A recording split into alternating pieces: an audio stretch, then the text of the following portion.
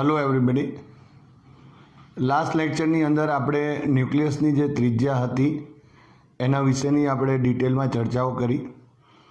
જે ન્યુક્લિયસની ત્રિજ્યા રુથરફોર્ડની જે થિયરી મુજબ જો આપણે કહીએ તો રુથરફોર્ડના કહેવાથી ગાઈગર અને માસ્દરને જે સોનાની વરખ ઉપર આલ્ફા કણને પ્રક્ષિપ્ત કણ તરીકે લઈને જે પ્રતાડન કરેલું એના લીધે જે ન્યુક્લિયસની ત્રિજ્યા હતી એ લગભગ આપણે જાણીએ છીએ તે પ્રમાણે 10⁻⁻14 મીટરના ક્રમની હોય છે।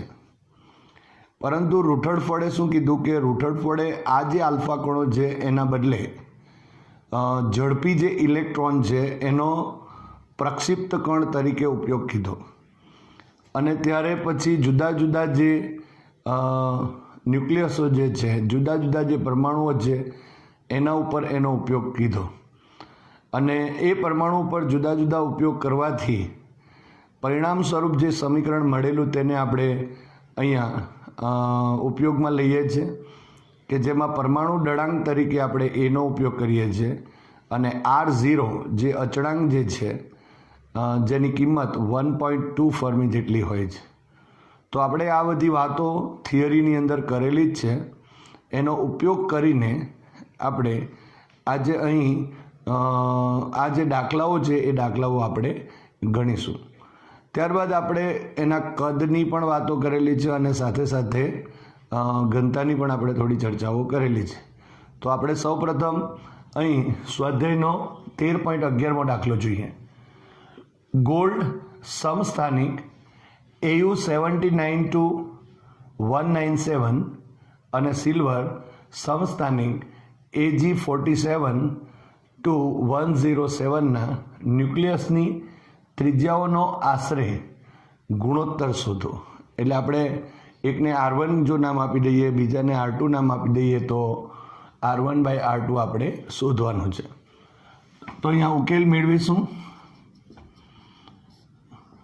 સૌપ્રથમ આપણે લખી દઈએ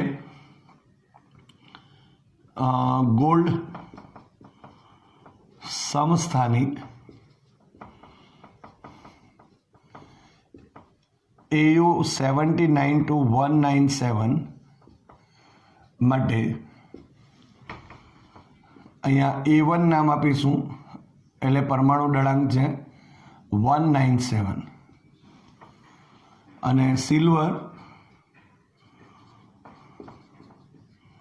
સમસ્થાનિક માટે એટલે આપણે AG 47 to 107 માટે અહીંયા નામ આપીશું A2 107 થશે આ। હવે જે AU આપણે લખીએ છીએ 79 to 197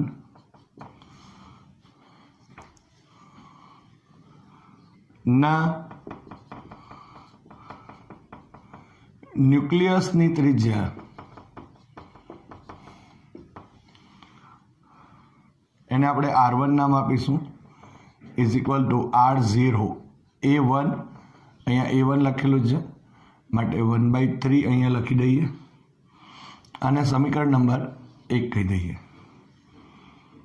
અને AG 47 to 107 ના ન્યુક્લિયસની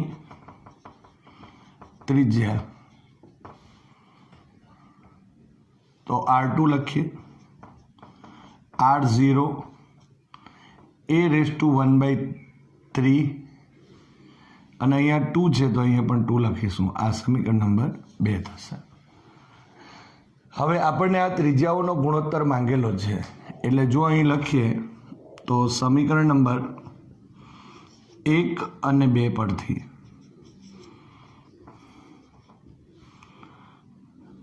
તો R1 divided by R2 is equal to અહીં R0 A1/1/3 અને R0 A2 1/3 હવે R0 અને R0 કેન્સલ થયા, સો A1/A2 રેઝ ટુ 1/3 થશે. So is equal two 197 divided by 107 raised to 1/3.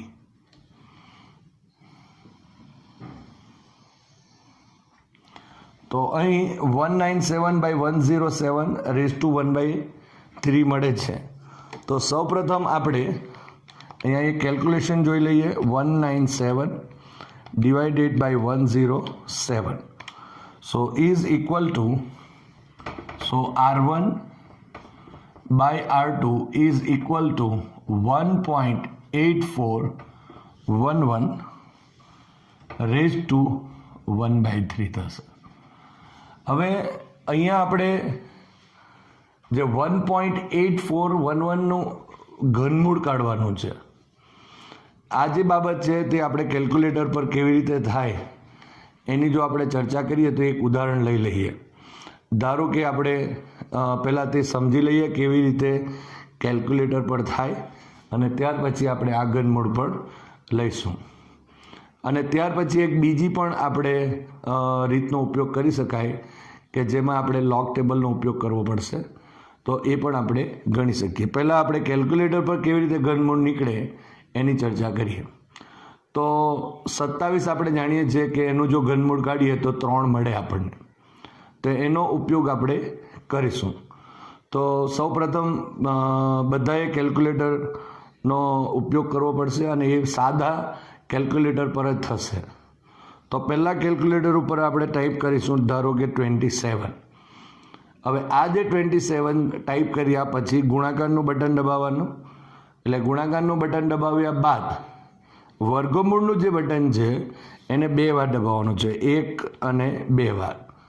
ત્યાર પછી ફરી એકવાર ગુણાકારનું બટન, પછી 4 વખત વર્ગમૂળનું બટન દબાવવાનું છે, 1, 2, 3 અને 4. ત્યાર પછી ફરી ગુણાકારનું 1 વખત બટન દબાવીશું, પછી 8 વખત વર્ગમૂળ, 1, 2, 3, 4, 5, 6, 7 અને 8 વાર. અને ત્યાર પછી ફરી ગુણાકારનું બટન દબાવીશું અને 2 વખત પાછું વર્ગમૂળનું બટન, 1 અને 2.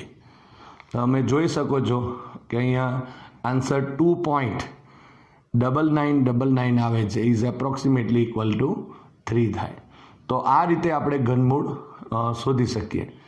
એટલે પહેલાં જેનું ઘનમૂળ જોઈએ છે એને ટાઈપ કરવાનું, પછી ગુણાકારનું બટન અને ત્યાર પછી 2 વાર, પછી ગુણાકાર 2 વાર વર્ગમૂળનું બટન, ત્યાર પછી ગુણાકારનું બટન, પછી 4 વખત વર્ગમૂળનું બટન, પછી પાછો ગુણાકાર, પછી 8 વખત વર્ગમૂળનું બટન, પછી ગુણાકાર અને પછી 2 વખત. તો આ રીતે તમે કરી શકો છો. બીજી રીતમાં અહીંયા જો આપણે કહીએ તો લોગ ટેબલનો આપણે ઉપયોગ કરી શકાય. તો આપણે સૌપ્રથમ આનો આન્સર મેળવી દઈએ. તો આનો જો આન્સર મેળવવો હોય તો આપણે 1.84 છે અને 11.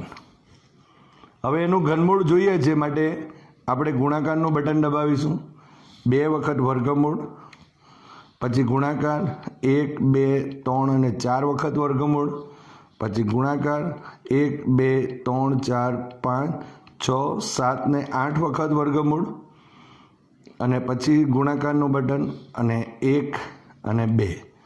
તો આ રીતે આપણને જે આન્સર મળે છે તે અહીં R1/R2 ઇઝ ઇક્વલ ટુ અહીં 1.2256 અને ઇઝ એપ્રોક્સિમેટલી લખવું હોય તો 1.23 જેટલું હોય છે. તો આ આન્સર આપણને મળે છે. આ રીતે આપણે જે કેલ્ક્યુલેટર છે એનો ઉપયોગ કરી અને આપણે આ ઘનમૂળ શોધી શકીએ. નહીંતર આપણે જાણીએ છીએ તે પ્રમાણે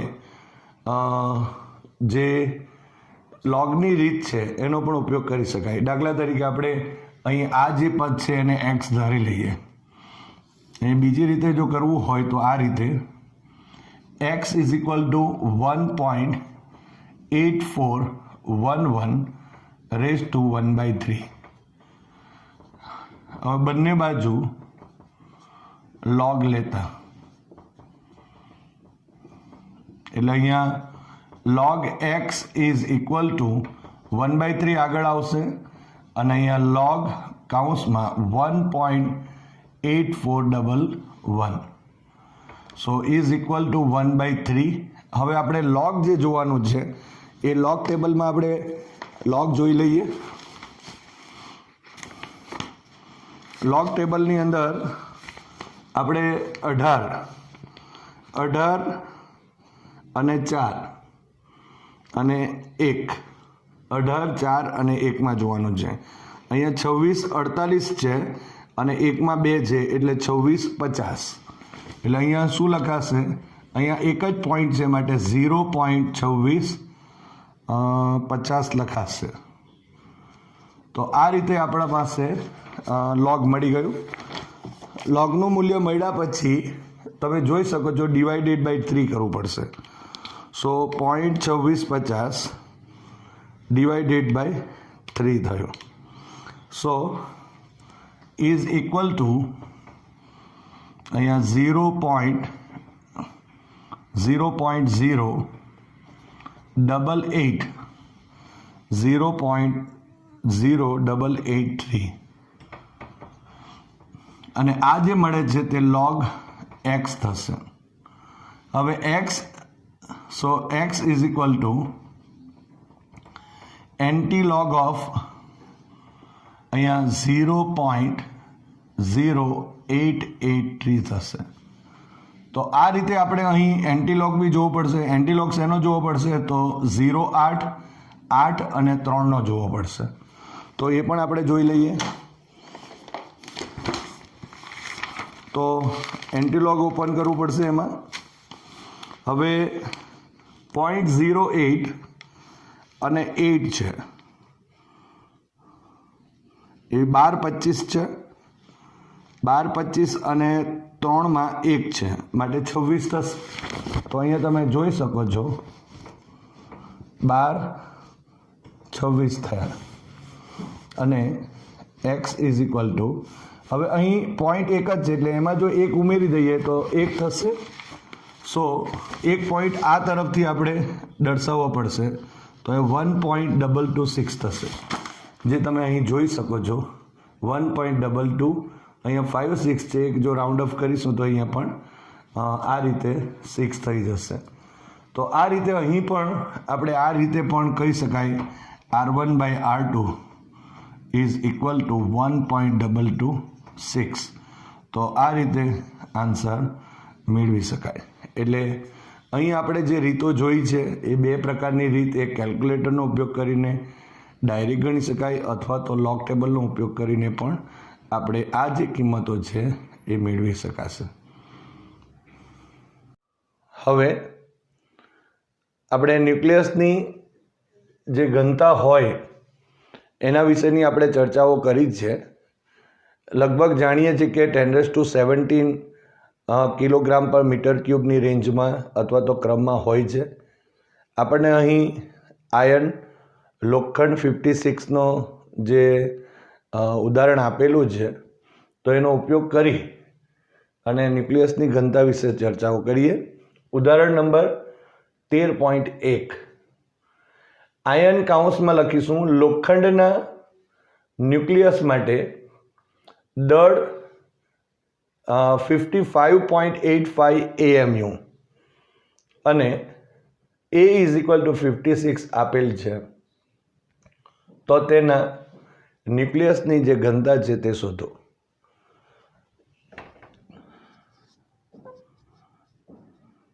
તો સૌપ્રથમ આપેલી જે બાબતો છે તે લખી દઈએ આપણે. તો અહીં લખીશું આયર્ન કૌંસમાં લોખંડના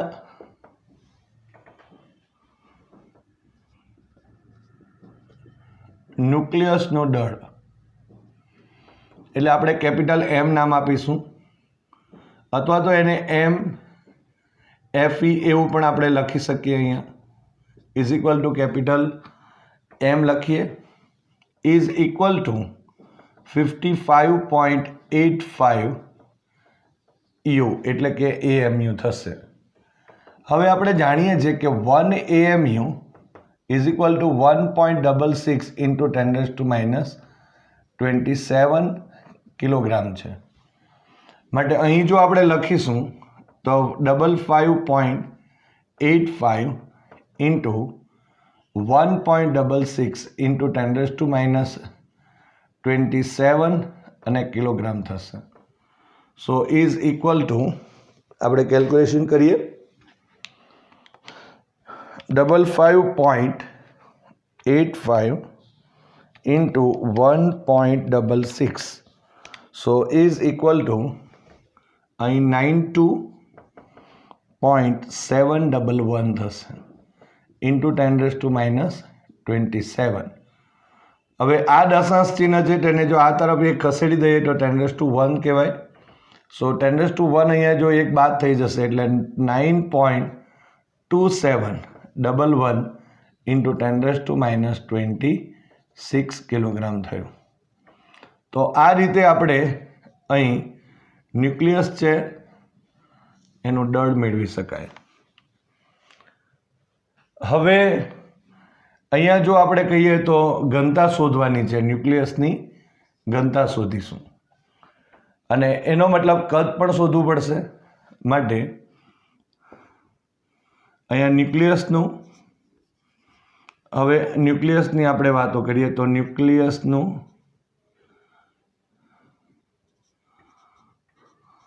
કદ, તો એના માટે આપણે V લખીએ તો V is equal to 4/3 pi capital R cube. So અહીં 4/3 ઇન્ટુ પાઈ R એટલે R0 into A raise to 1/3 raise to 3 થશે. હવે 4/3 into pi R0 rays to 3 એટલે અહીંયા R0 રેઝ ટુ 3 અને A raise to 1/3 raise to અહીં 3 થશે. સો આ 3 અને આ 3 તો કેન્સલ આઉટ થયા. માટે સૂત્ર આવશે 4/3 pi R0 cube into A થશે. માટે V ઇઝ ઇક્વલ ટુ આપણે આ રીતે લખી શકીએ. હવે જે કિંમતો છે એ કિંમતો આપણને આપેલી છે. R0ની કિંમત આપણે જાણીએ છીએ તે મુજબ R0 is equal two 1.2 fermi હશે. એનો મતલબ કે 1.2 into 10⁻, so R0 is equal to 15 metre જેટલું થશે. તો આ બધી જે કિંમતો છે અહીં એડ કરી દઈએ એટલે અહીં એક આપણને કદ પણ મળી જાય અને ત્યાર પછી આપણે ઘનતાનું સૂત્ર મૂકી અને ઘનતા શોધીએ. તો હવે અહીં લખીશું માટે V is equal two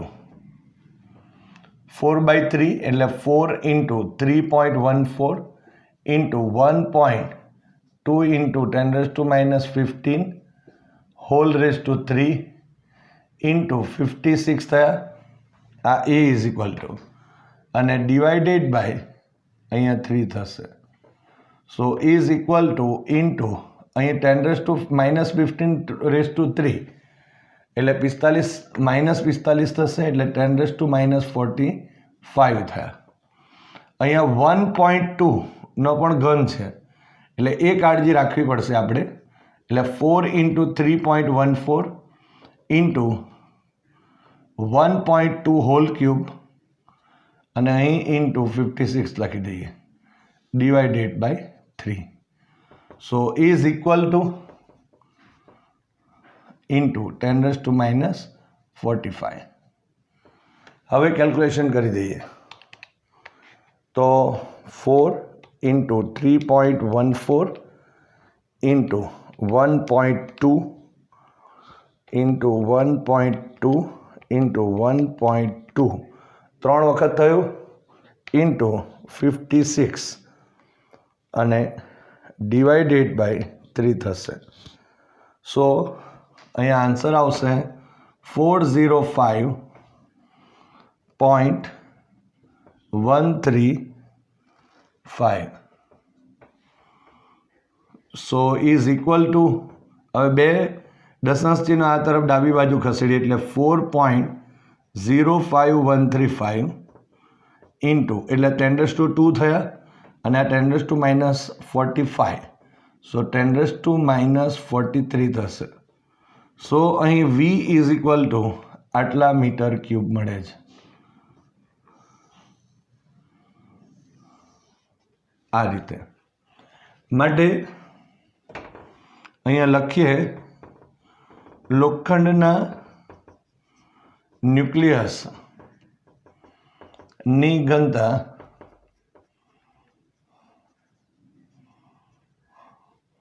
row is equal to capital M divided by V થશે.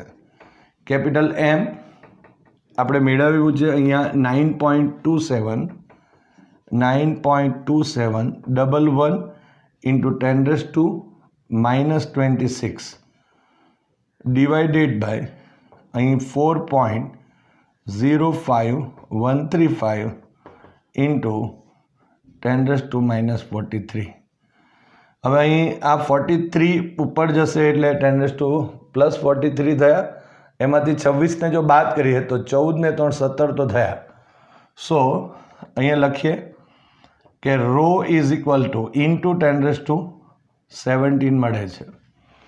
હવે આ કેલ્ક્યુલેશન કરી લઈએ તો 9.2711 ડિવાઇડેડ બાય 4.05135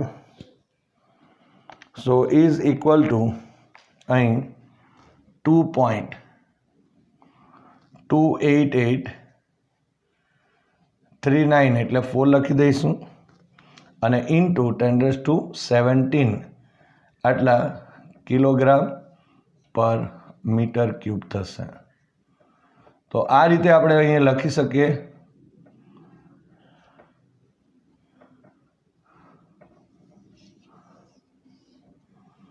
જે અહીં જે લોખંડના ન્યુક્લિયસ છે એની ઘનતા થઈ. તમે જોઈ શકો છો અહીંયા કે અહીંયા 10⁻17 જે દેખાય છે એનો ક્રમ એટલે ન્યુક્લિયસની જે ઘનતા છે એ 10⁻17 ના ક્રમની હોય છે, લગભગ એ ક્રમની હોય. એટલે અહીં જો જે આંકડામાં ફરક પડશે તે માત્ર અહીં જ પડશે, આટલે થોડો ઘણો, પણ એની રેન્જ આપણે જો કહેવી હોય તો 10⁻17 ના ક્રમની કહી શકાય. લગભગ બધા ન્યુક્લિયસ માટે એ એક સમાન હોય છે. અને આપણે એ પણ થિયરીમાં જોયું છે કે એ પરમાણુ દળાંક કે પરમાણુની જે ત્રિજ્યા છે જે આપણે એમ કહી શકાય કે જે ન્યુક્લિયસની ત્રિજ્યા છે એના પર બી આધારિત નથી અને પરમાણુ દળાંક પર બી આધારિત નથી. તો એને પ્રૂવ કરવા માટે પણ એક દાખલો આપેલ છે, તો તેની પણ હવે પછીની ચર્ચાઓ આપણે કરીએ. પણ આ જે ઘનતા છે એની કિંમત લગભગ 10⁻17 કિલોગ્રામ પર મીટર ક્યુબ હોય. અને બીજી રીતે કહીએ તો પાણીની ઘનતા આપણે જાણીએ છીએ, પાણીની ઘનતા આપણે 10⁻³ કિલોગ્રામ પર મીટર ક્યુબ હોય. અને એટલા માટે જ આપણે કહી શકાય કે ન્યુક્લિયસની જે ઘનતા છે એ પાણીની જે ઘનતા છે એ પાણીની ઘનતા કરતાં 10⁻14 ગણું વધારે છે એમ પણ આપણે કહી શકીએ. હવે સ્વાધ્યાયનો 13.21મો દાખલો જોઈએ.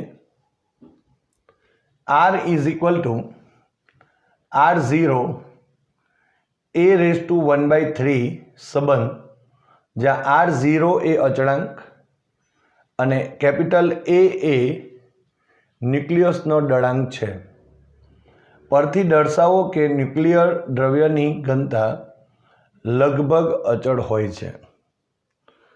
હવે અહીં જે આપણને A આપેલો છે એને આપણે પરમાણુ દળાંક પણ કહીએ છીએ.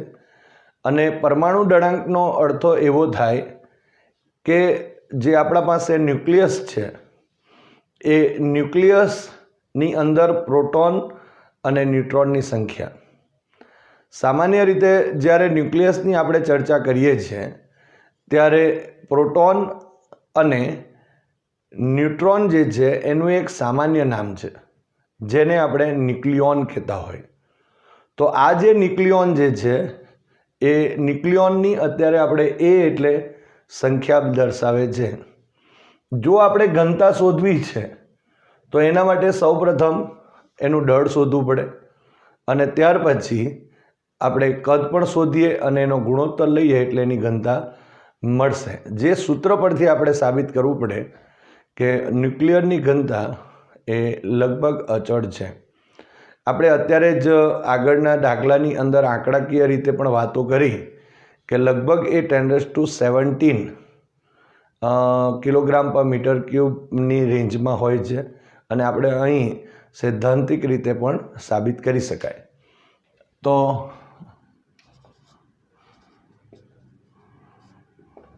અહીંયા સૌપ્રથમ આપણે લખીશું આપેલ જે સૂત્ર છે તે કે ન્યુક્લિયસની સરેરાશ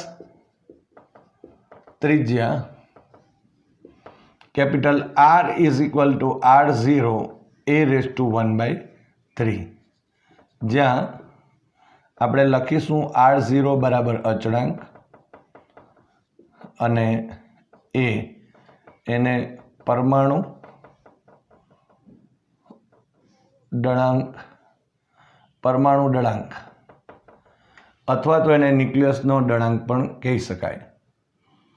હવે સૌપ્રથમ આપણે જે ન્યુક્લિયસનો દળ છે એ શોધવા માટે ધારી લઈએ કે ધારો કે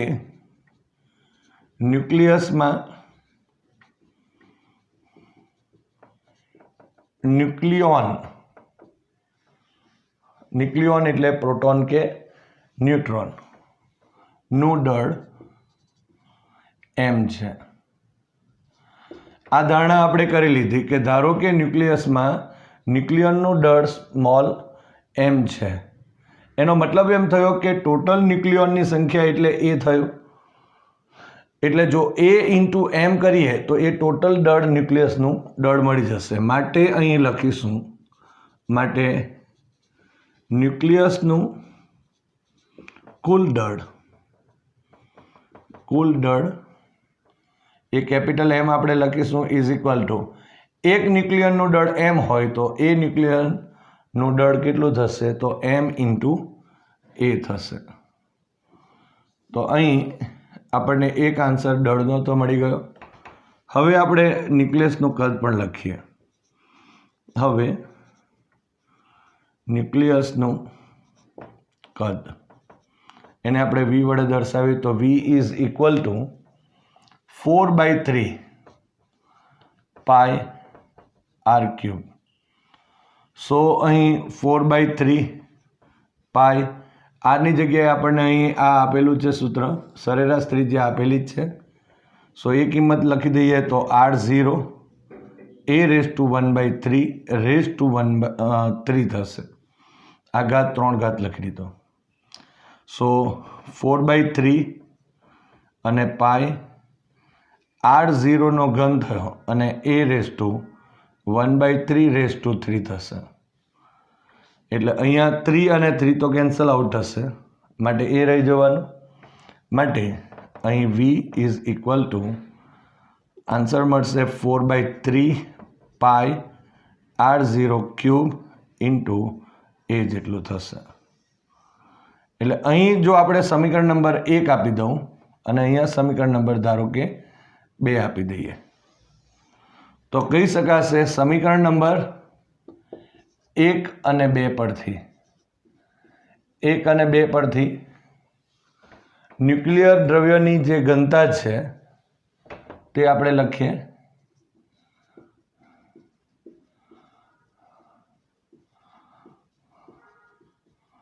ρ ઇઝ ઇક્વલ ટુ કુલ દળ ડિવાઇડેડ બાય કદ. અને આ કિંમતો આપણે મૂકીએ તો અહીં small m into a divided by 4/3 pi r0 cube into a થશે, જે કિંમત આ છે. હવે આ a અને a તો કેન્સલ આઉટ થયા, માટે રહી જશે આ 3 ઉપર જતો રહેશે, એટલે 3m divided by 4 pi r0 cube થયો.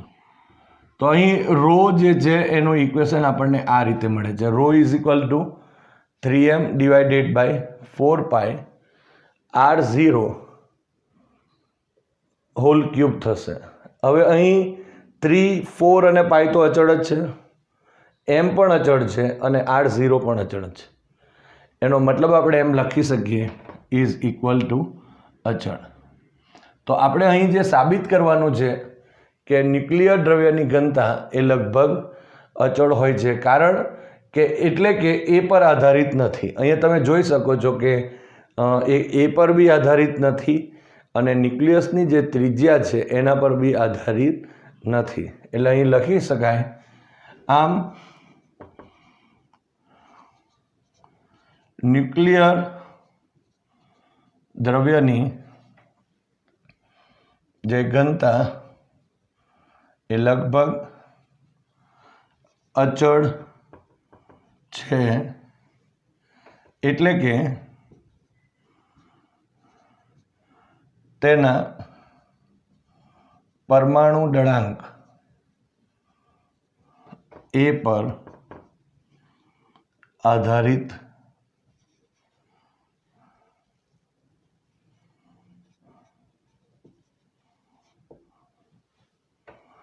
તેના એટલે કે ન્યુક્લિયસના પરમાણુ અથવા તો તેના પરમાણુ દળાંક એ પર આધારિત નથી, એવું પણ આપણે લખી શકીએ. અને એના ત્રિજ્યાના સંદર્ભમાં પણ આપણે વાત કરી શકીએ છીએ.